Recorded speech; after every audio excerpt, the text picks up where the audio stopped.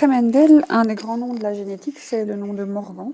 Donc Mendel a travaillé sur les pois et Morgan il a travaillé sur des drosophiles, sur des petites mouches qui ont d'habitude les yeux rouges, mais il avait observé des mutants aux yeux blancs. Donc il a fait un croisement entre ces différentes drosophiles qu'il avait rencontrées.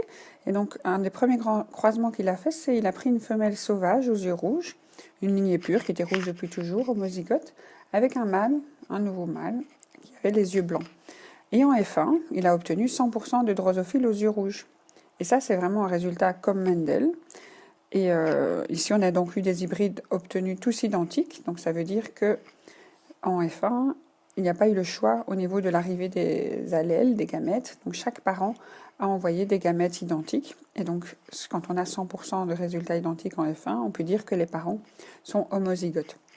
Ça, c'est ce qu'on peut dire d'habitude pour la génétique de Mendel. Donc ici, ça ne s'appliquera pas exactement, mais il y a quand même du vrai. La deuxième information qu'on a eue quand Morgan a fait ce croisement, c'est que si en F1, toutes les drosophiles ont les yeux rouges, ben c'est que le caractère yeux rouge est dominant. Et donc, c'est le seul qui s'exprime chez les hybrides de F1, donc il est dominant. On aurait mis une majuscule si c'était la notation de Mendel. Et le caractère yeux blanc, lui, il est récessif parce qu'il ne s'exprime pas chez les hybrides de F1. Alors, après, Morgan a fait comme Mendel, il a croisé entre eux les drosophiles de F1, et en F2, il a eu réapparition du récessif. Donc ça, de nouveau, ça correspond au résultat de Mendel, et les proportions étaient à peu près bonnes aussi. Un quart du caractère récessif et trois quarts du caractère dominant. Ce qui avait été un petit peu particulier, c'est que toutes les mouches qui avaient les yeux blancs étaient des mâles, uniquement des mâles. Donc aux yeux blancs, on avait des mâles. Ça, c'était déjà peut-être un peu particulier, mais pourquoi pas. Alors, le deuxième croisement que Morgan a pu tenter, c'est non plus prendre la femelle aux yeux rouges, mais une femelle aux yeux blancs. Et non plus avec un mâle aux yeux blancs, mais avec un mâle aux yeux rouges. Donc, c'est toujours un croisement de monohybridisme, un seul caractère de différence. Mais on fait attention au sexe dans ce croisement-ci. Alors, si quelqu'un exprime un phénotype récessif, ça veut dire qu'il est homozygote, sinon il ne s'exprimerait pas. Et les mâles, on les a pris dans la lignée pure des rouges depuis toujours, sans mutation, et donc ils étaient homozygotes aussi. Alors ce qui est vraiment particulier, ce qui est vraiment bizarre, c'est qu'en F1, il n'a pas obtenu 100% d'identique. Alors que normalement, en F1, 100% des descendants doivent être identiques si les parents sont homozygotes. Et ici, c'était vraiment une hérédité particulière, une hérédité qu'on appelle en zigzag. Les femelles qui étaient yeux blancs ont transmis leur caractère yeux blancs aux mâles. Donc, parmi les descendants de F1, tous les mâles étaient aux yeux blancs. Et les parents mâles aux yeux rouges ont transmis leur caractère yeux rouges aux femelles. Donc, le caractère des yeux blancs est passé des femelles aux mâles et le caractère yeux rouges est passé des mâles aux femelles. On appelait ça l'hérédité en zigzag. Alors, en F2, donc si on croise ces femelles aux yeux rouges avec ces mâles aux yeux blancs, on retrouve 50-50. Donc, un quart des descendants sont des mâles aux yeux rouges, un quart des femelles aux yeux rouges, un quart des mâles aux yeux blancs, un quart des femelles aux yeux blancs. Donc, on expliquera tout ça plus tard. Alors, ce que Morgan a fait comme hypothèse, c'est comme les mâles et les femelles n'avaient pas les mêmes informations exprimées, il a regardé un peu la différence entre les chromosomes des mâles et des femelles.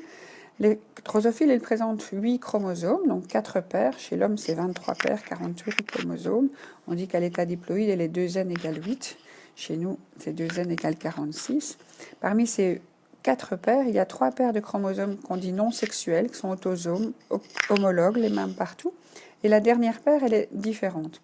Donc chez le mâle, il y aura deux de tailles différentes. Et chez la femelle, on aura à nouveau les deux les mêmes.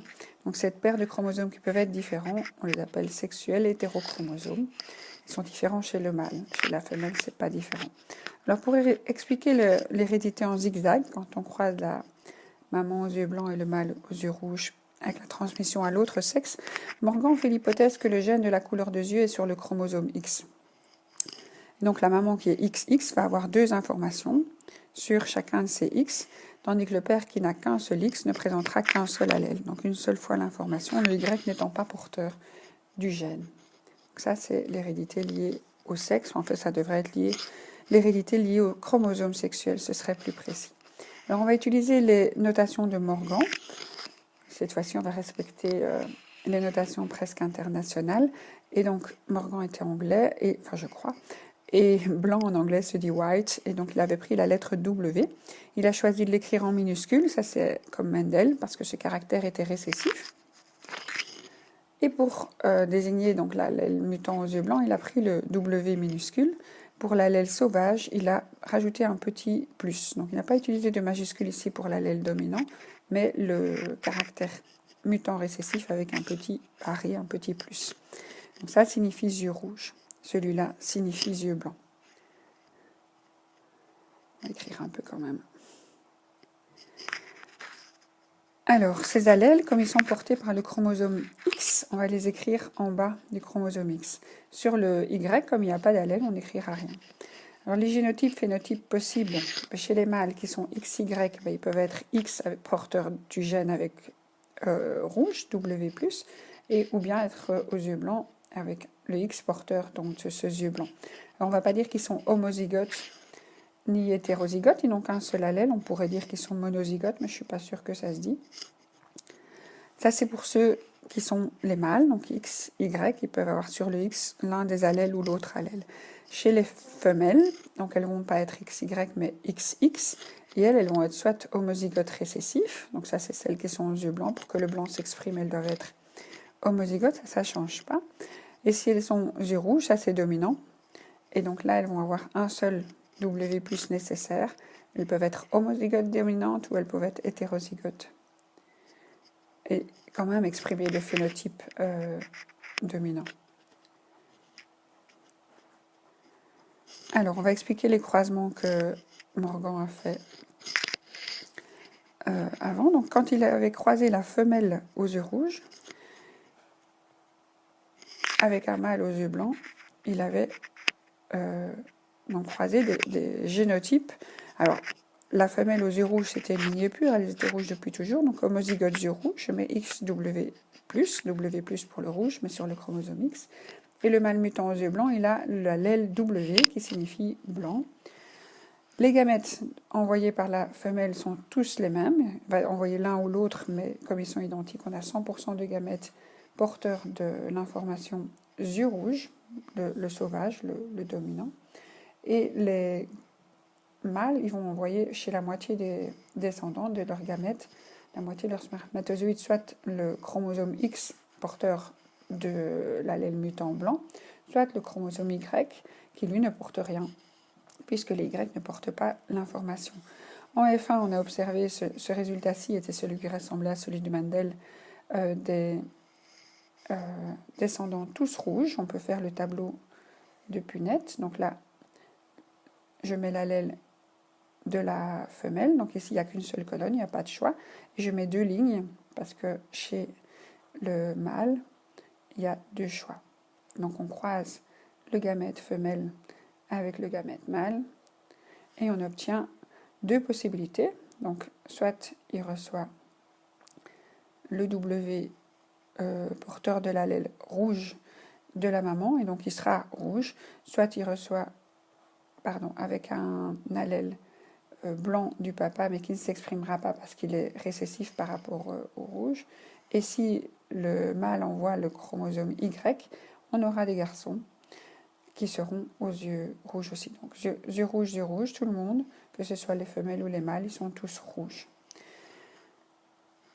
Si jamais on croise ces mâles et ces femelles, donc j'ai mis W mais c'est un X, donc ceci c'est une femelle aux yeux rouges et ça c'est un mâle aux yeux rouges. Donc les femelles sont hétérozygotes, c'est des hybrides de F1, c'est normal.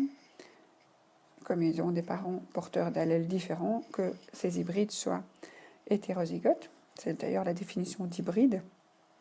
Donc si on prend cette femelle hybride porteur donc de rouge et de blanc, donc hétérozygote, qui a les yeux rouges parce que c'est le caractère dominant, si on croise avec le mâle, il n'est pas vraiment hybride parce qu'il n'a qu'une seule information, mais il est issu d'un croisement, donc on peut aussi l'appeler un mâle d'hybride de F1 qui lui a reçu le caractère yeux rouges de sa maman et rien du tout de son papa. Alors si on croise ces deux-là, on va faire de nouveau un carré de Punnett. Il y a cette fois-ci deux gamètes possibles. Les gamètes, c'est 50-50, allèle yeux blancs, allèle yeux rouges, pour ce que lègue la maman, la femelle. Et donc, il y a 2 colonnes pour les gamètes féminins.